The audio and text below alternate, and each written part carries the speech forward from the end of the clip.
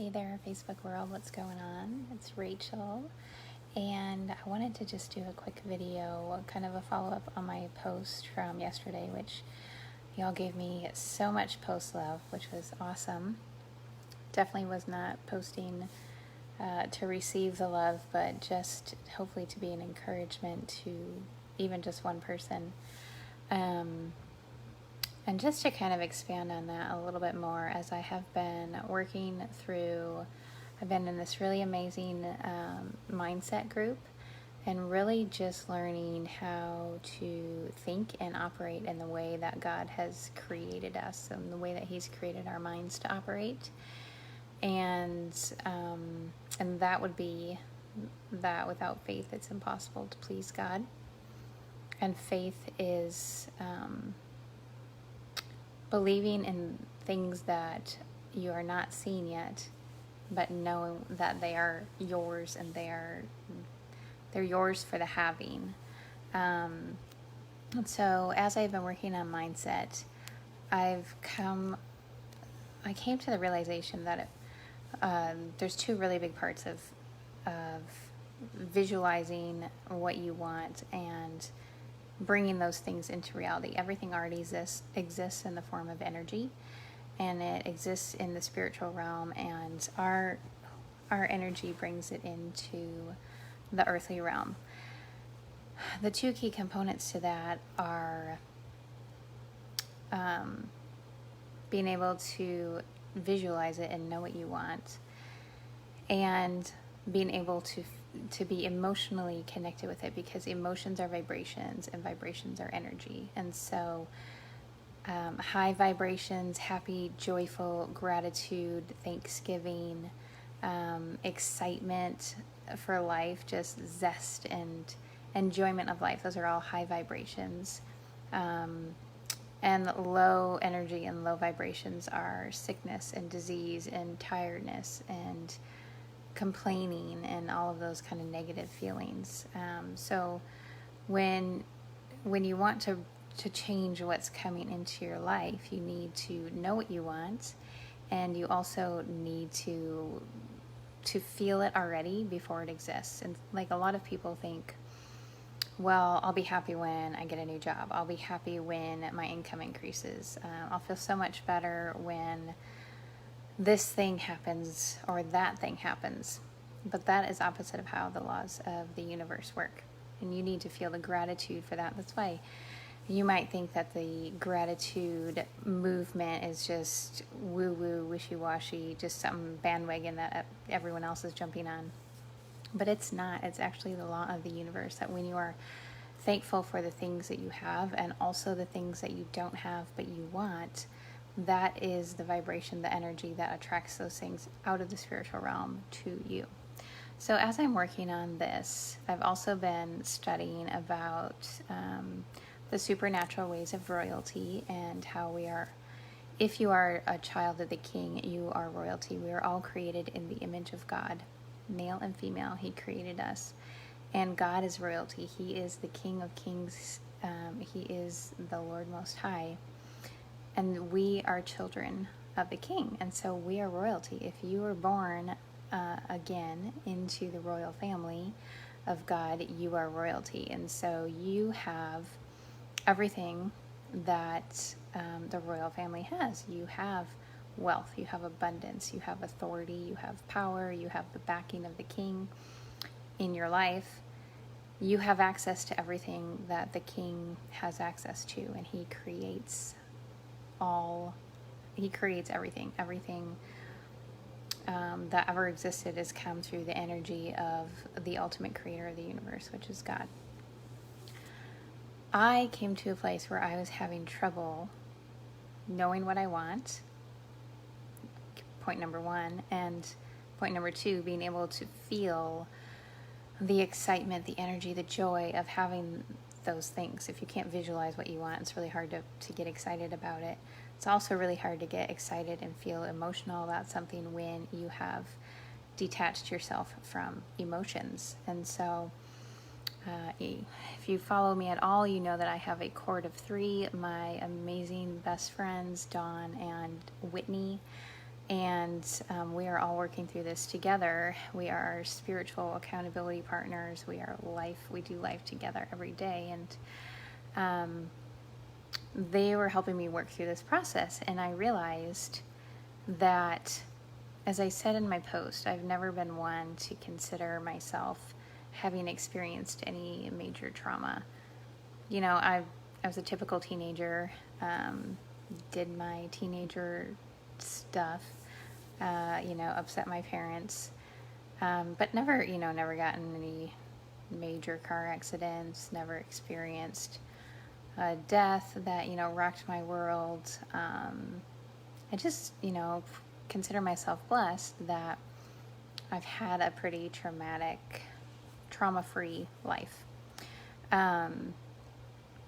But I realized, as Dawn and Whitney and I were talking about this, and Whitney is a licensed therapist, she helped me to understand that something that I did experience in my past, about 10 years ago in my first marriage, was actually very traumatic in an emotional way. And I had gone through emotional detachment, which is a PTSD, a form of PTSD. And that experience happened in my first marriage, like I said, towards the end of my first marriage. And basically, I was told that I was going to die in a car accident with my kids. And so in order to prepare for that, all of my clothes were given, well, most of my clothes, not all of my clothes, but they were all my favorite clothes, were given away. A lot of my hobbies, the things I like to do in my life, scrapbooking, all my art supplies, because I love doing art. My favorite pieces of furniture in the house, a lot of my kitchen things, like the house just got gone through, and I was made to get rid of me, all of me in the house. I also was stripped of access to any finances, and so I was made to ask even for money for gas for my vehicle, which is very humiliating and demoralizing. And so I often would ride on fumes for days until I was like, don't know if I'm going to make it anymore, and lower myself to asking for money for gas, which sucked. I got divorced. I got over that. I have forgiven him. But I never really forgave like that specific event. I've gotten over it. Like, I'm still here, obviously, and I'm, my kids are amazing, and as a person, I haven't really gotten stuck horribly in any one place in my life since then. So I thought, well, I'm doing pretty good, not bad. I mean, that was a really interesting time in my life. I don't want any more of that. I'm eager to move out of that place and into a situation of thriving. But I'm here. I'm alive. It didn't kill me. We're good. What I didn't realize is that I had gone through this emotional detachment. And I've always said about myself, I'm pretty even-keeled. I don't have a lot of emotion. I don't get really excited about anything. I don't really get too low about anything. I've never been a depressed person. I've never had anxiety. But there's a problem with being even-keeled. There's a problem with not being able to get excited about things. There's a problem with not having that higher vibration realm of feelings, especially when you're working on faith and believing in things that are not seen so that they can come into the earthly realm and manifest themselves when they rely on high vibration. And so I was really feeling so stuck as I'm really, doing all this work to work so hard on me, and knowing that I'm royalty, and knowing that anything that I ask for, my Father will give me if I can believe and receive it before I see it.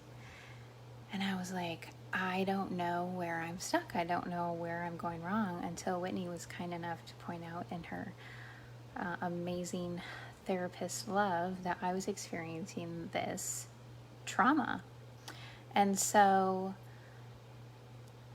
I want y'all to understand that everything that you do in your life has an impact.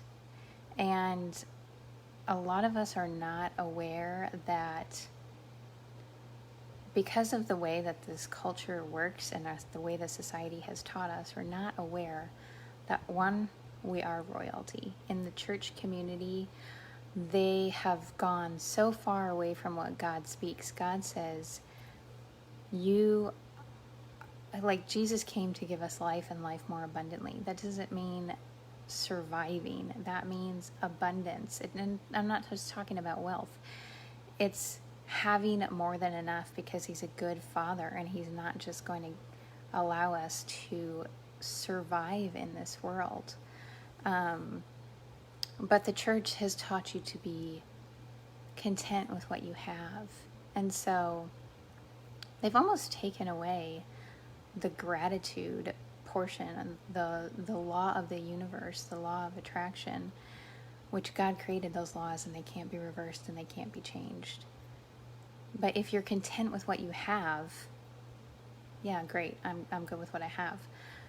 It doesn't allow the law of attraction to work. It doesn't allow gratitude to work, because you're not supposed to be thankful for more and attract that to you, because you should be content with what you have. Well, that's not what God has for you. You are royalty. You're a daughter of the King. You're a son of the King. And he wants to give you the world. He has storehouses in heaven that he talks about, and gifts beyond all that we could ask or imagine for us. But we're taught not to worry about that. We're taught not to want for more. That's not how God works. So that's the first thing I want to tell you. And the second thing I want you to know is that emotions are such a big deal. The feeling is the secret to life. And maybe you're a person of like up and down emotions. What you need to figure out and realize that those down emotions, that switching between the high emotion and the low emotion, are going to keep you stuck, because the universe doesn't know if it should give you more high or more low, because you're always going back and forth between them. If you're a person of no emotion like me, like pretty even keeled, it's not a bad thing, but it's not what God's designed for you either. He is the fruit of the Spirit, which is love, joy, peace, patience, kindness, goodness, faithfulness, gentleness, self-control. These are all happy, joyful things. And to not have that range of high vibration, positive emotions is not what God wants for you either. So for me, I used to pride myself on being pretty even keeled and having, pretty even emotions. But I actually was dead, emotionally dead. And I have given myself permission to be alive again. And the moment I did that, the moment I actually addressed that situation from 10 years ago, after realizing that it was a trauma, that I had detached myself from emotions because that was such a painful time in my life emotionally. The moment I realized that, the moment I addressed it and forgave that person specifically for that event, it released me. And I have had much more freedom to visualize what I want, much more freedom to have emotion, and to really allow myself to come into the person God created me to be. And I know He's created you for more, and you need to get out of the world, quite honestly. There's too much in the world that is trying to pull you down and keep you from your purpose and keep you from your blessing. And I want more for you. I know God wants more for you. So if this sparks any questions for you, or you want to have a conversation around something that you're going through, or maybe you want more clarity on something that I've talked about, please reach out to me, message me. I'm more than happy to talk with anybody about this and guide you to resources.